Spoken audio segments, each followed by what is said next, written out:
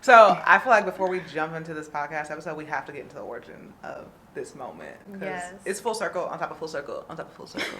Let's get into it. Yeah. So Mariah is one of my closest friends, and I'm like, when do we meet? And it's one of those people that you don't even know like the first time you met.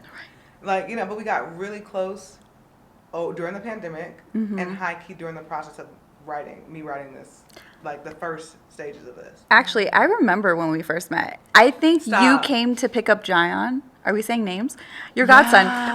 Yeah, so I was volunteering with Children's Church, and you came, and I was like, oh, she's cute. Yeah. Like, you know when you just like, you know when your spirit. You feel your people. Yeah, you feel really your do. people. Like, before you really meet them, you feel like a connection, but it's not, it's kind of like God hinting, like, there's something there. But just be patient. You're going to see. You're going to see. And it wasn't until, like, maybe a year or two later, and the pandemic. Yep. Yeah. Yeah, because we would always circle each other. We go to church together, and I was like, "Oh my gosh, she's so sweet! I love her. She's so sweet." And then I vividly remember that was in. So I was doing events in Los Angeles, and I did like an event at the Cam Museum with one of my close friends, and it was a fashion event, and I invited both of you. I was like, "Oh my God, let me invite Mariah and Melissa," and they showed up, and I don't know why I was like so shocked, but it was like I cried when I got home that night. I was like, "Oh my God, they're so sweet! Like they supported." So the fact that you both are sitting here right now, I'm like, wow, you both have literally like supported me so much at each creative juncture of my life without even realizing it. You know? Wow. So that was full circle for me. But yeah, going back to the book, Mariah was literally the first person I told about the book. Like before me and Taj had met, before anything, I told her about the idea of the devotional. And she sowed a freaking seed. She was like, I'm gonna, like, what's your Venmo? I was like, what, girl? This is not even said like that. It's low-key bootleg. It's jerky.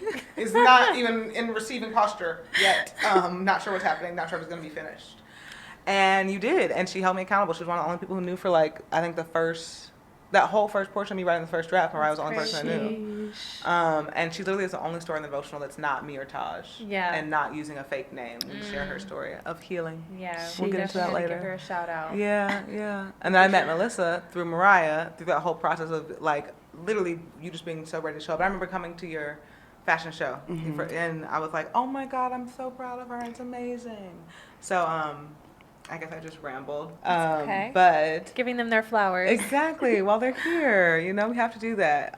But Mariah is writing a healing guide and literally is a beacon of healing for so many people, not just physically, not just mentally, spiritually, all the things. And it's helping me, actually, on that journey currently. I'm being a little resistant to the physical part, but we're giving it. And then Melissa Mercedes is a phenomenal designer, like amazing. And just doing it and making sure that all women feel included and feel like they can be beautiful and confident in all areas.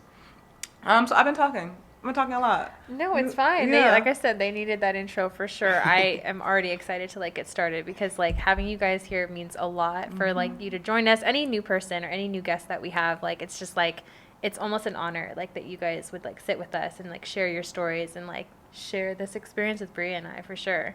Especially someone who planted a seed. And, like, I literally, I checked out your page, love everything you do. Like, literally. I was like, oh, my God, this girl. I was like, where do I buy? So where's the shop? Yeah, absolutely. And I think that's why scripture today is from Genesis 3, verses 6 through 7. And it reads, when the woman saw that the fruit of the tree was good for food and pleasing to the eye, and also desirable for gaining wisdom, she took some and ate it. Then the eyes of both of them were opened, and they realized they were naked. So they sewed fig leaves together and made a covering for themselves. Genesis 3, 6 through 7. And I just feel like for me, it was literally like, dang, as soon as we ate of the fruit, it was like, hide. Like, now I'm like conscious of like my body, what I'm doing, this, that.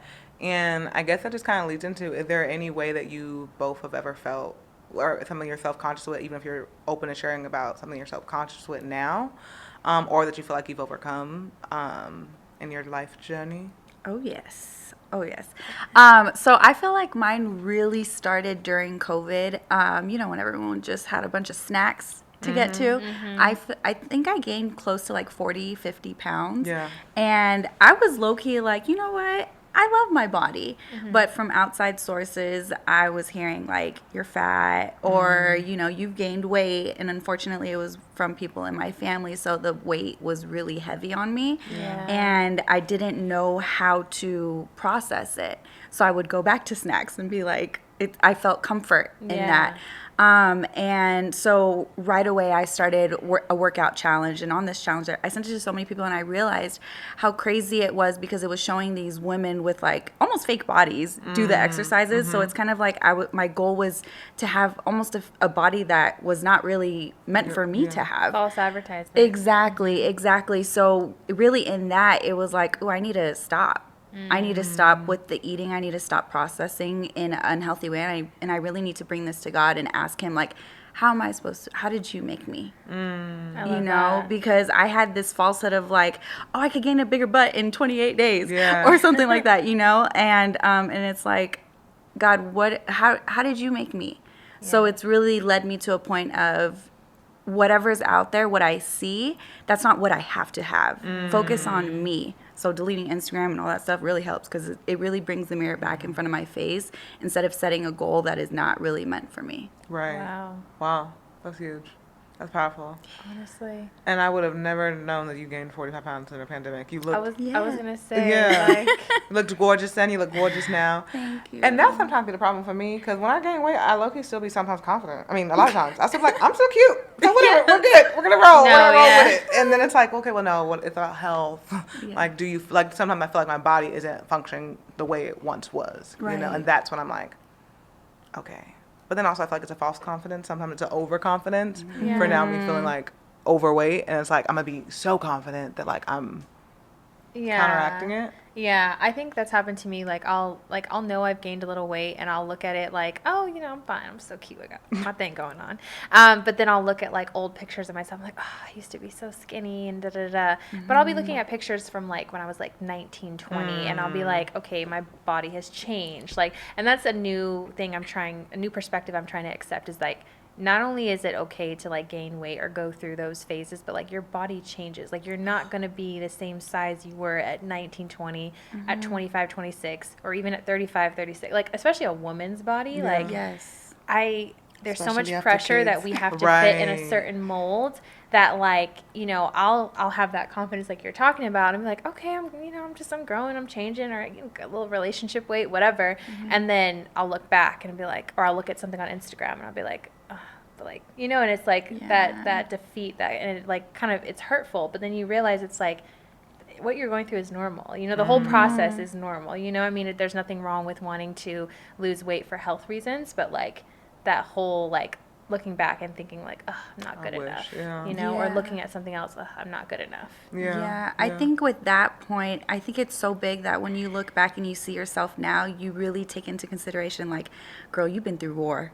Yeah. The Like- grace to have on yourself, because Yes. it's okay to gain weight, you know what Yeah. I mean? You shouldn't like punish yourself. Like everyone's body fluctuates, and it's like having the grace to say, you know what, yeah, I did gain weight, and it's okay to be confident about it because you're gonna lose it. You know what I mean? Yeah. It's ups and downs, ebbs and flows. So it's just being okay with like the process and Yeah. accepting yourself if you're heavier or not. Yeah. You know, Yeah. loving yourself through it all. Yeah. Exactly. And I feel like what you're doing is so powerful, Melly, because I used to feel like when I gained weight, especially in high school, that I couldn't find clothes that were still cute, you know? And what you, like, Mercedes, you can always pull an outfit, okay? There's always something for wherever your body is at that point.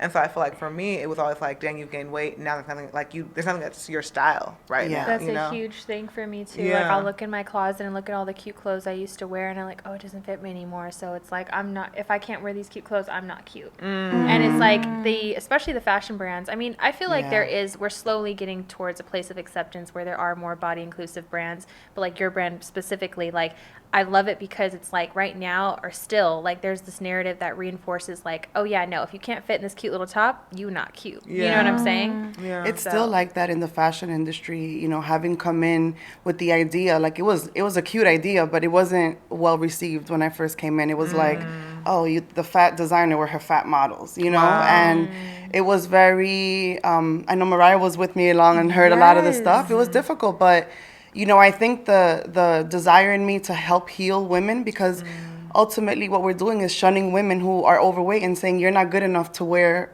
you know, anything cute. Like, that's Yeah. not fair. No, Yeah. not It's like, at how all. can we not have grace for women, like all women, whether you Right. gained weight or not, you know? And I Yeah. think for me, I have 2 children. I'm a mom. Like, my body completely changed after children. And, you know, like, just getting back to like having the grace with myself and just like being like, it's okay. Like, I made 2 humans. You know what I Yeah. mean? 2 Yeah. healthy humans. So give yourself, like, just saying that, like, I always want to push that forward, the message forward to love yourself no matter the size, and to give yourself the grace that, you know, it's going to be okay. It is a journey, and we all are going to, you know, experience the highs and lows of life. So have that Yeah. grace. Yeah. And would you say like the start of your brand coming out in that was to speak to women's confidence, or like what really like? Absolutely. It was just to highlight a whole demographic of women who weren't being catered to, that weren't being looked at, that were being ignored, that I felt that it wasn't fair. It was me like standing up for them, like, no, you're beautiful too, you Yeah. know? So, yeah, so I definitely wanted my designs to just instill confidence in women and build up self-esteem and make sure that women feel beautiful no matter their size. I love that. Yeah, and being Universal. on set of her photo shoots, like you see the models put the clothes on and they instantly brighten up. They feel so good. So it's just like seeing her work come to life Yeah. and other people and affect other people is so powerful. Yeah. Yeah, Yeah. It's oh, go ahead, sorry. I was just gonna say, I don't think people realize how much like attractiveness is in your confidence and your energy. Like, it doesn't even matter what size you are. Exactly. If you feel good, look good, like you're treating your body right, it don't matter if you're a size 16 or a size 6. Like, it radiates off of you, and that Yeah. immediately makes you more attractive to me. Yeah. Like, and I Absolutely. feel like people realize that too. Like, there are people of all sizes that get farther in life just based off of their confidence. It's not necessarily just off how you look. But I feel like with women specifically, they do try to box us in, like, no, but you still need to make sure you look right and tight. Like, Right. you know, it's, I don't know. I think it's Yeah. important to remember that it still stems from in here. Absolutely. yes. Yeah. Absolutely.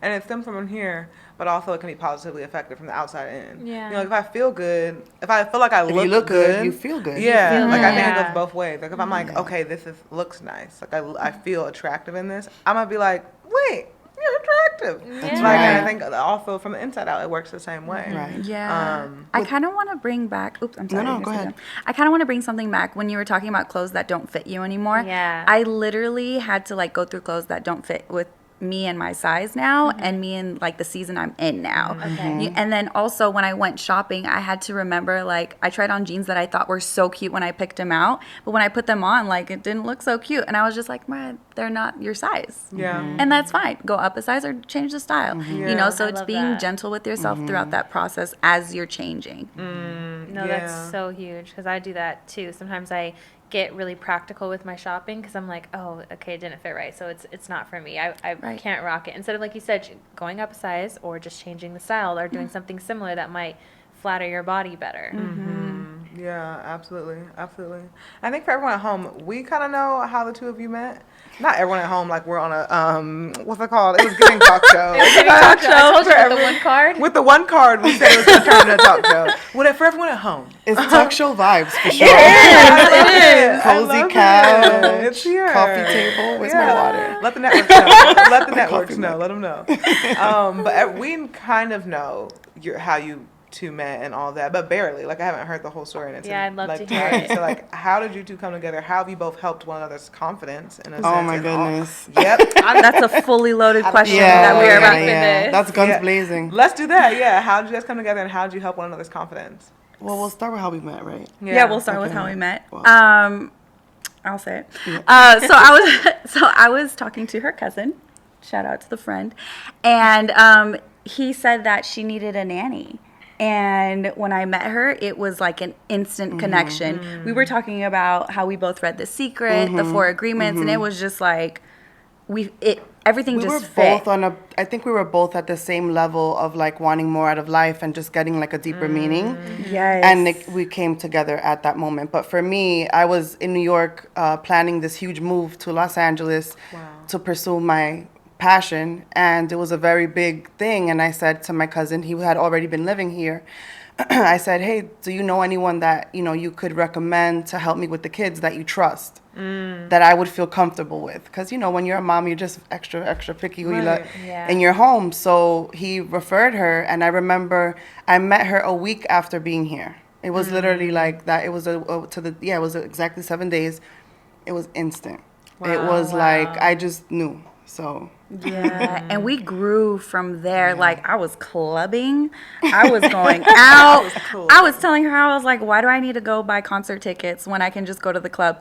And then we would just have stories for days, and we would just share our experiences. And then she literally saw me start walking with God. Wow.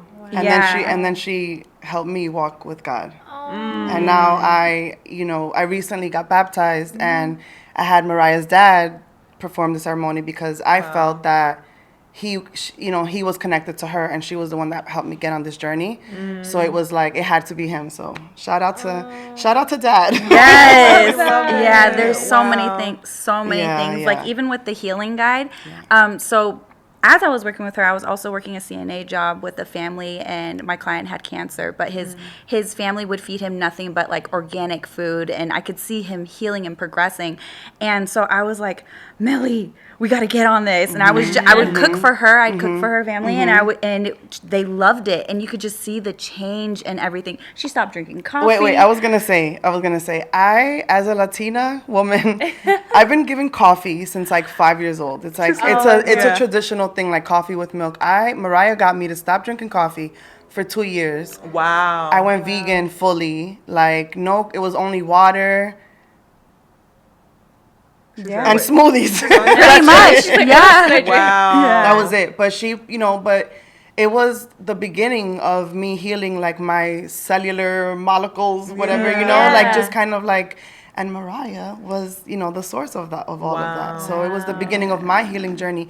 And what was interesting too for me is that when I was in New York, I was counseling. I was a counselor for at-risk kids, and kind of like with the court system. And so whenever someone would do something, they'd send them to me for counseling. And so I feel like I had poured all this energy into other people, and then I was kind of like broken. And so subconsciously, I think moving to LA was me getting away from all of that. Yeah. And it was like coming to a place of healing. So just meeting Mariah for me was like an angel. And I don't want to start crying already. But it was because I felt that I had poured into so many people, and I was a little broken, and then she came and like was helping me. And it was just at a time needed where that. I needed it. And also, I had moved here with my husband, and I was married for 17 years, and we divorced.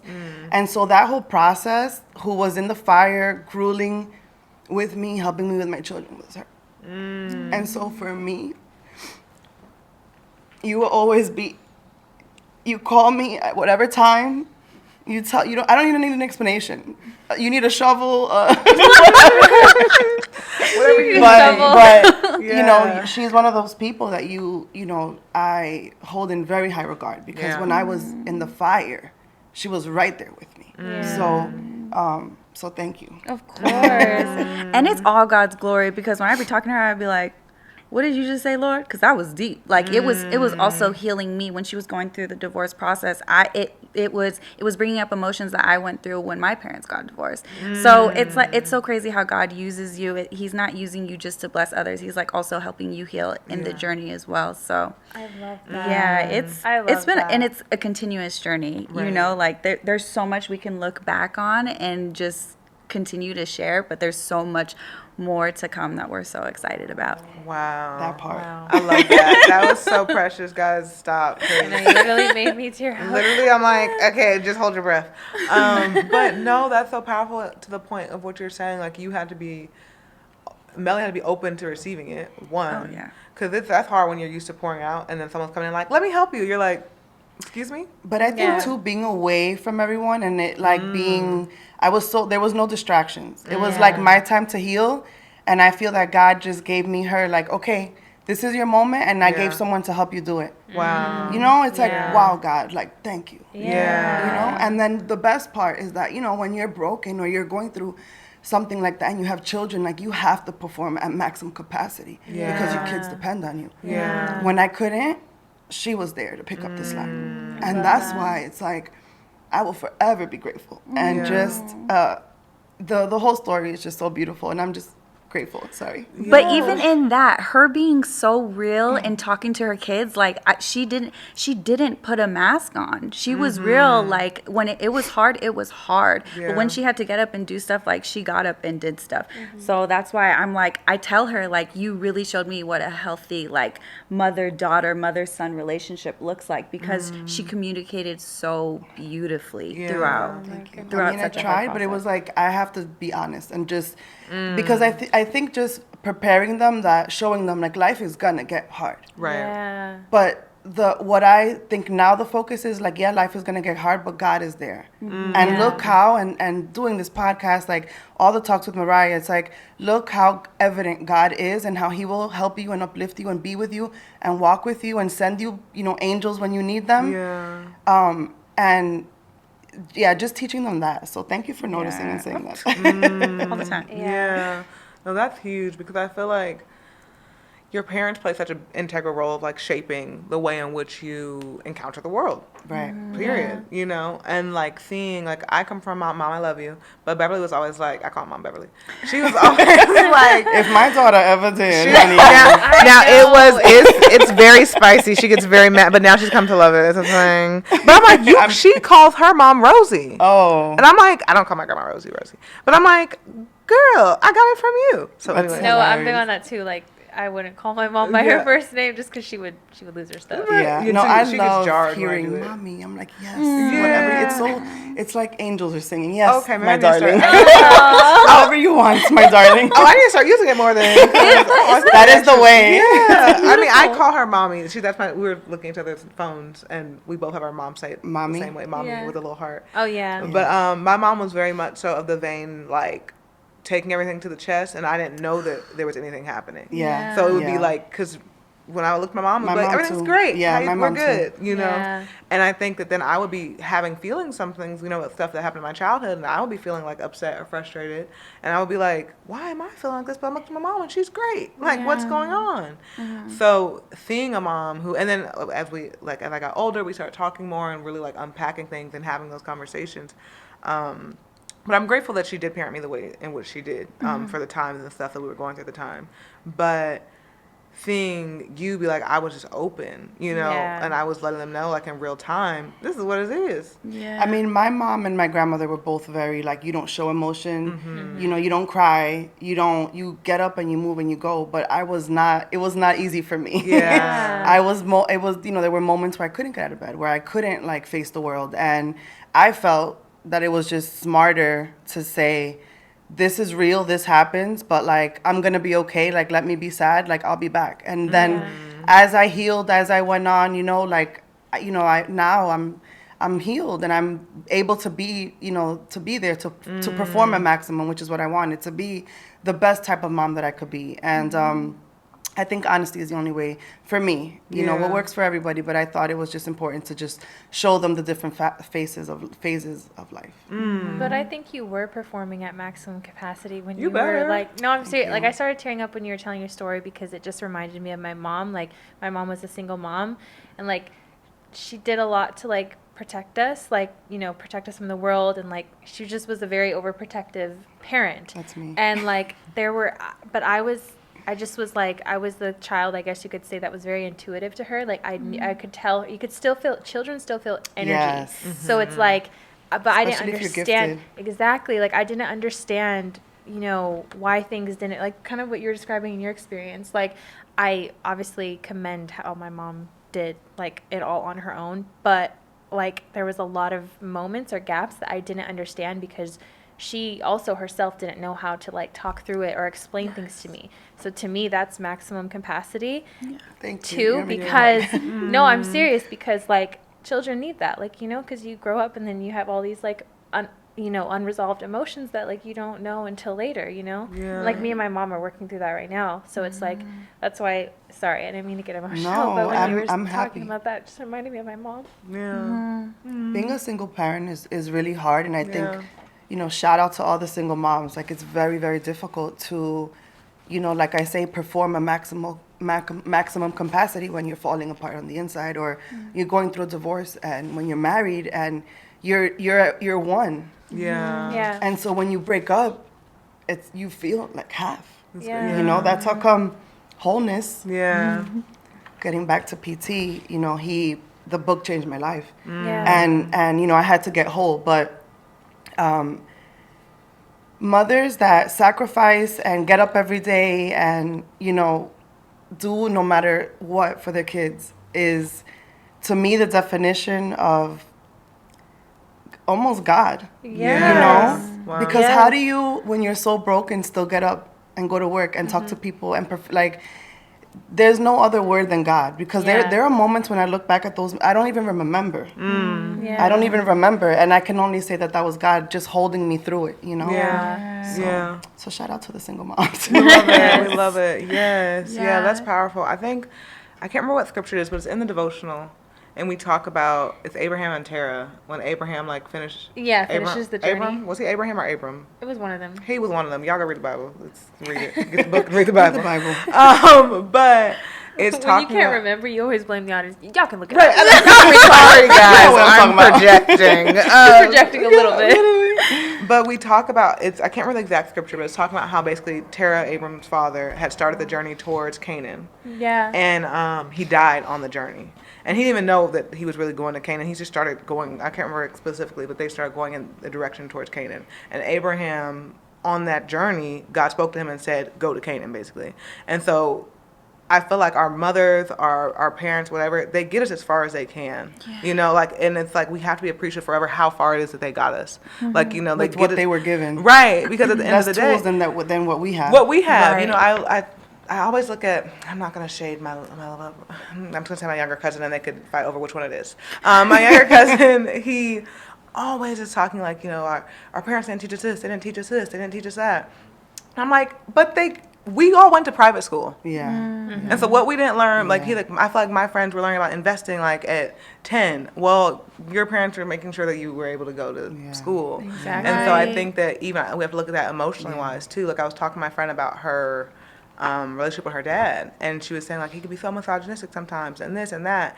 And I'm like, but your dad has come so far from what he was living through when he was your age that like misogyny is like better. You know, it is still healing, because I feel like we expect like this a triumphant healing story from our parents sometimes, and we forget that like, dang, where they are is a triumphant healing story. Yeah. Right. You know, and when I look at people in real time, like you mothering Melly, like you saying, I was just open and honest, and that was a triumphant healing story for your children to see.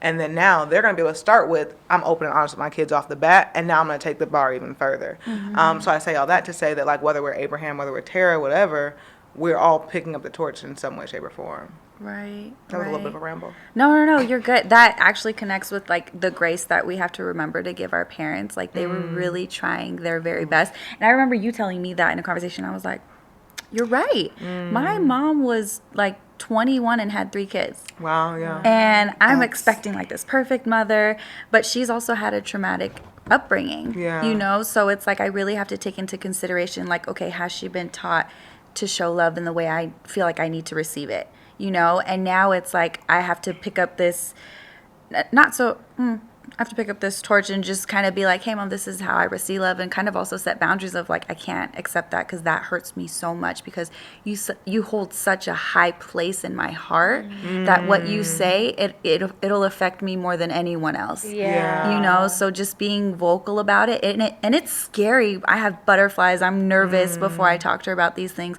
but it's things that like I have to implement because I want us to be healthy and I want us to grow. Yeah. Can I just say something about that that I think is just super important that helped me? I didn't grow up with my father, and my parents were divorced, and it took me a long time to like get to a space where I was forgiving. And I'll be honest, what did it for me was, it's so random, but it was an episode of This Is Us. Love that show.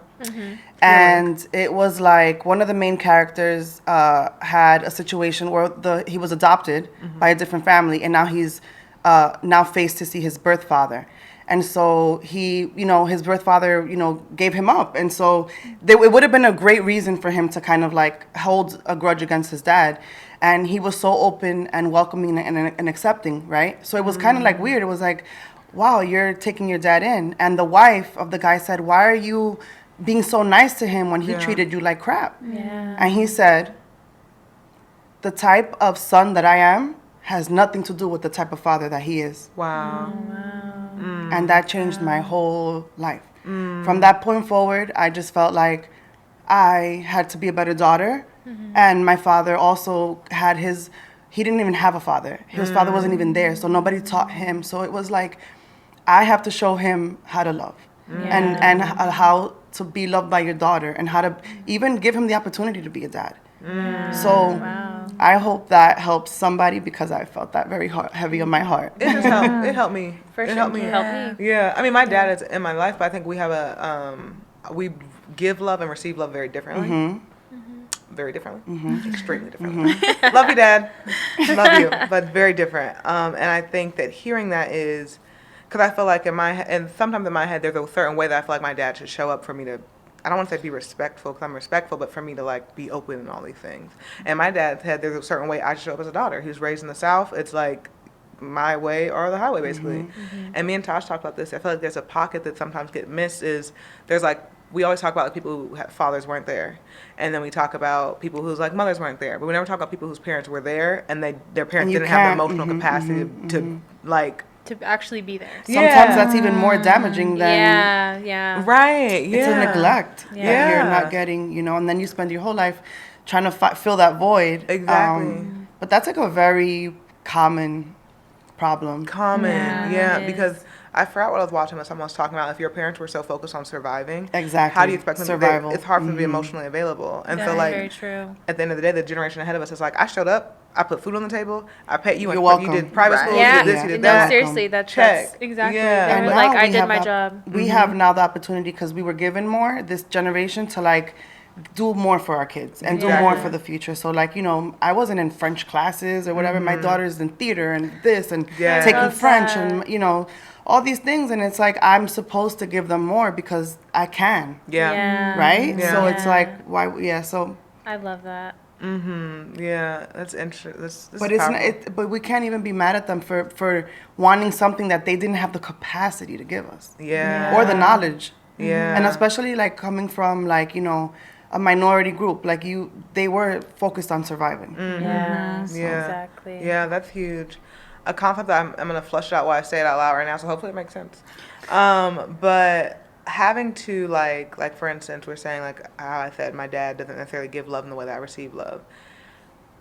I feel like sometimes our parents, our mothers, because I feel like a lot of times women's confidence comes from watching their mothers. For me, I know mine did. Yeah. And I think I show my confidence in a different way than my mother shows her confidence.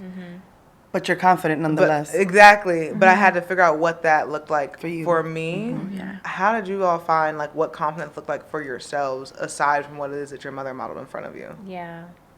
Yeah, that's a long one. That's huge, Mariah felt though. that. No, that's good. That's good. Yeah, I'm trying to think of where to start. I really feel like I was not comfortable with who I was because I feel like my mom had this image. I love you so much, Mom. I feel like she had this image of like what she wanted her daughter to be like, and I feel like I was fighting it because I had so many mixed emotions.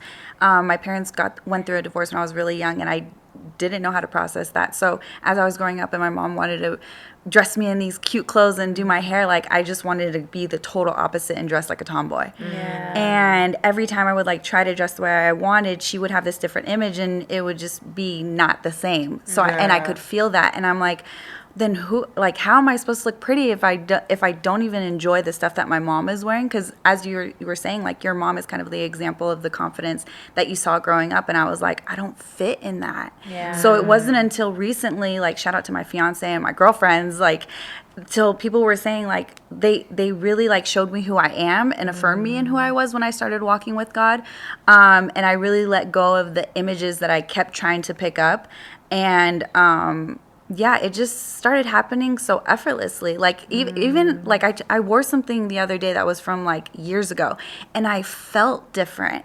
You know, when you are when you're walking in your fullness, like you bring the clothes to life. Yeah. You know, like I felt like the clothes were making me when I was trying to like. I wanted my clothes to express who I was, but now it's really me expressing myself through the clothes. I love that. You know, so yeah, confidence has come. It's been a fight. It's been such a struggle. But now that I'm walking in, and I'm like, oh, wow. Like, I remember going to the club and being like, I don't know what to wear. Can you help me pick out my outfit? This is a club. I shouldn't have been going. But now when I go to church, I'm like, God, what do you want me to wear? How do you want me to dress? How do you want me to represent you? And then I'll wake up and I'll have an outfit on my mind. And I get so many compliments that day. Yep. I'm like, shout out to God. Yeah, facts. I remember those panic calls before the club. Oh my I gosh. thought, oh my God, what am I gonna wear? Stressful. Send me a It's video. so crazy. We used to care so much about that when we were to the club. Oh, Yeah. yeah. And then wearing to the club, it was more so what I'm not really like, what I'm hardly wearing. Right. the Yeah, club. exactly. You know? Hardly, barely there. So, ooh, that's Yeah, a whole because different thing. That's a whole other episode. But yeah, basically. We'll be back for 'cause- season 2. Yeah, no, seriously. Because it basically is like letting the world tell us like what our image is. It's kind of like what you were dealing with your mom. Like, you know, she was kind of projecting an image onto you. Yeah. And then it was difficult for you to probably build your own like personal confidence from it. I mean, I feel like almost every woman I'm sure has gone through that, like that has their mother in their lives. Because the mother wants what's best for them, but like woman to woman. But like, I don't think there's enough time in like that individual journey. I think a lot of times our parents see us as like extensions of themselves, which we are, Yes. but it's like I think they take it a little too personally sometimes. Yeah. Well, can I just interject? Melly Just said- Yes, wanna I say would love something? to. As a mama. Yeah. Yeah. So I think for your mom, going through a divorce, you're trying to make everything look what's left of the damage look and feel perfect. Wow. I'm getting so crazy Oh my emotional. gosh, Sorry. that was No, you're powerful. good. You're Yeah. trying your best to make it seem, even though you're falling apart on the inside, to everybody else, and your kids are good too. We're good over here. Like, they're good, they're good. And how do you do that? Through the clothes that they're wearing. Like, they look Wow. immaculate, so they must be My immaculate. kids are dressed nice, so we're okay. We're good Yes, over here. That's huge. So it's like you're just trying. She was just trying to save the disaster that happened because you feel like it was a freaking catastrophe, Yeah. and you're picking up the pieces and just trying to like, we're good, even though she probably wasn't. Yeah. So it's just understanding perspectives. It's not right or wrong. It's just like she just was. Because well, as you're talking, I can see myself doing that with my daughter. Like, you know, I'm in fashion, so I'm like, Yeah. wear this, and she's like, no. Yeah. You know, and I'm like, okay, let me just back off and let her be who she is right now. Yeah. She may not be into clothes right now, but maybe in a couple years she will be, you know? Yeah. But yeah, just me trying to keep her, you know, the image of it is definitely my way of trying to make sure that she's good so that everyone could think we're good. Because, you know, Yeah. we're probably not good, but I want everyone to think I we're think we're good. good. Yeah, y'all gonna think we're good on the outside. Right. We're fine. I mean, that's how social media makes money, making Right, yourself look right. good, even Yeah. though everything is not good on the inside or behind closed doors. Yeah. It's crazy. Yeah. Wow, that's powerful. This episode took a whole nother I course, was and thinking, I I was like, this went a whole different way, but I people love need to, it. yeah. This I is love what it. it's supposed important. to be. Yeah. Yeah, this was. I mean, I feel like I just had so much like healing for my own relationship, like my parents, my mom, like all the things.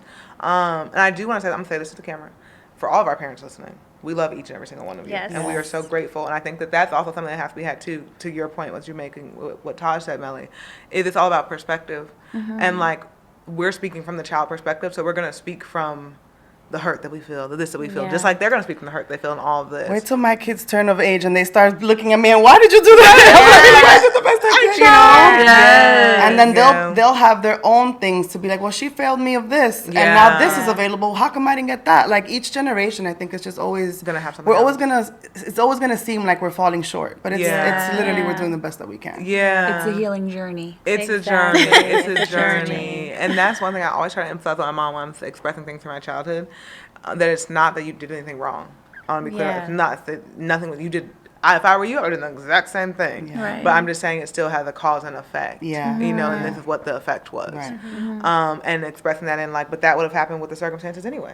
Yeah. The hand that was dealt. With the tools Yep. they were given. They did the best they could with the tools they were given. part. Right. Yeah. That's all they had. Yeah. I had to realize that with my mom too. Like she was only given a certain amount of tools based on, you know, and then her mom was only given a certain amount of tools. So it's like they can only go off of what they know. We do live in a generation where we have a lot more at our disposal, like Access. information and access to like how we can do things better. So I think we just have to remember that our parents didn't have that. Yeah. Yeah.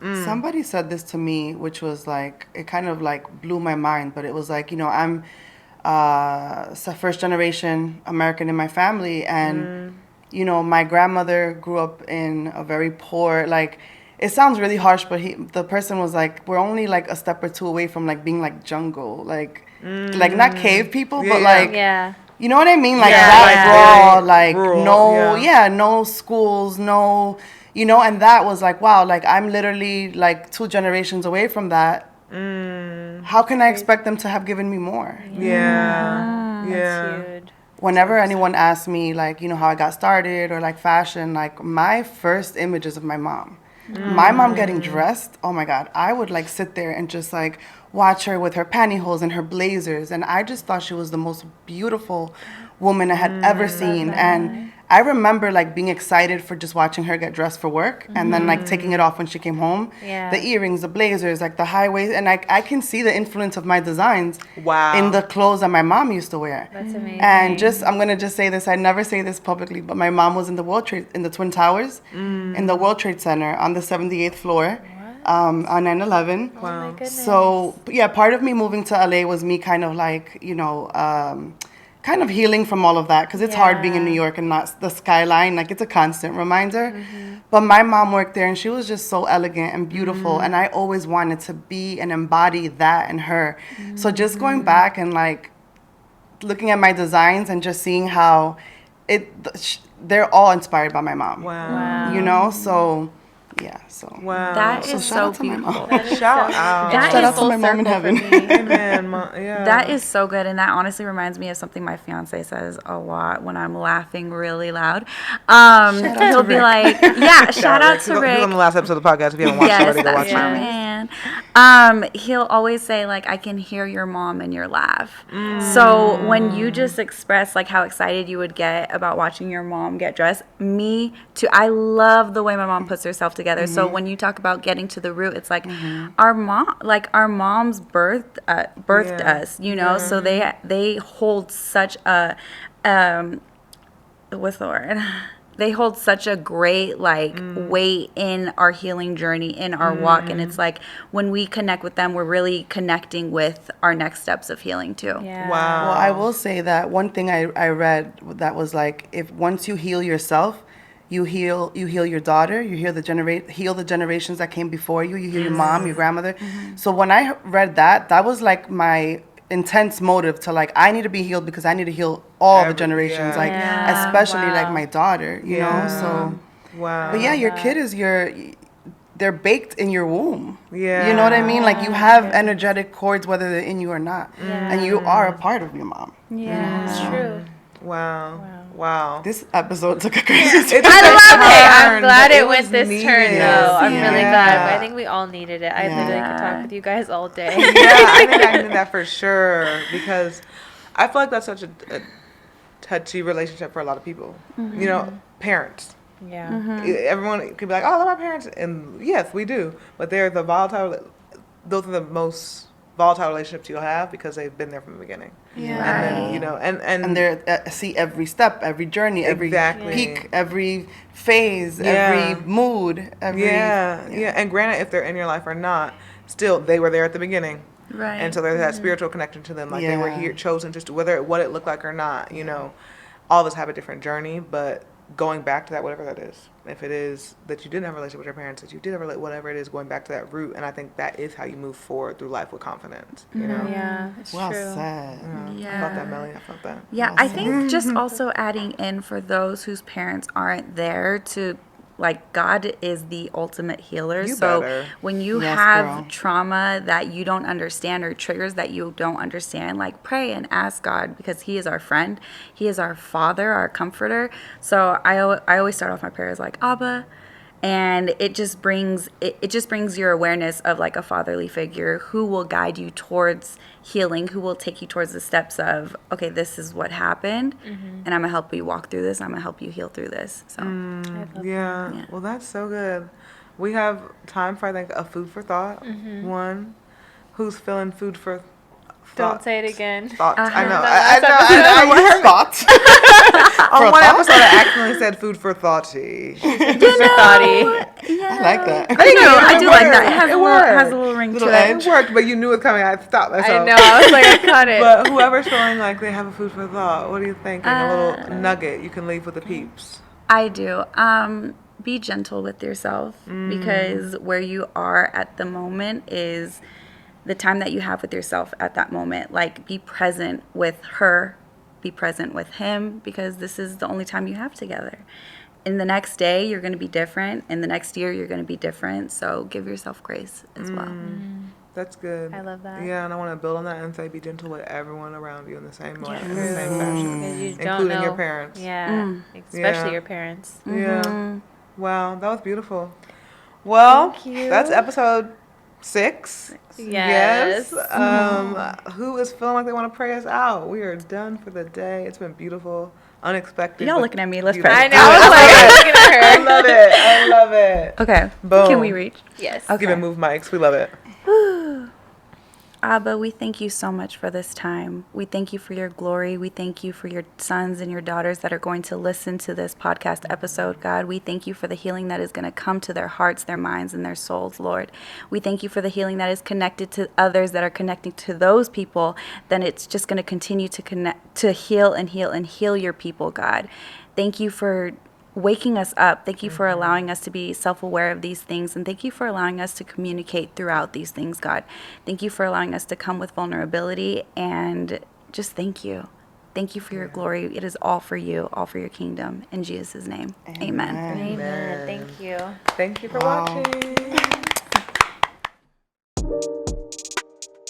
watching.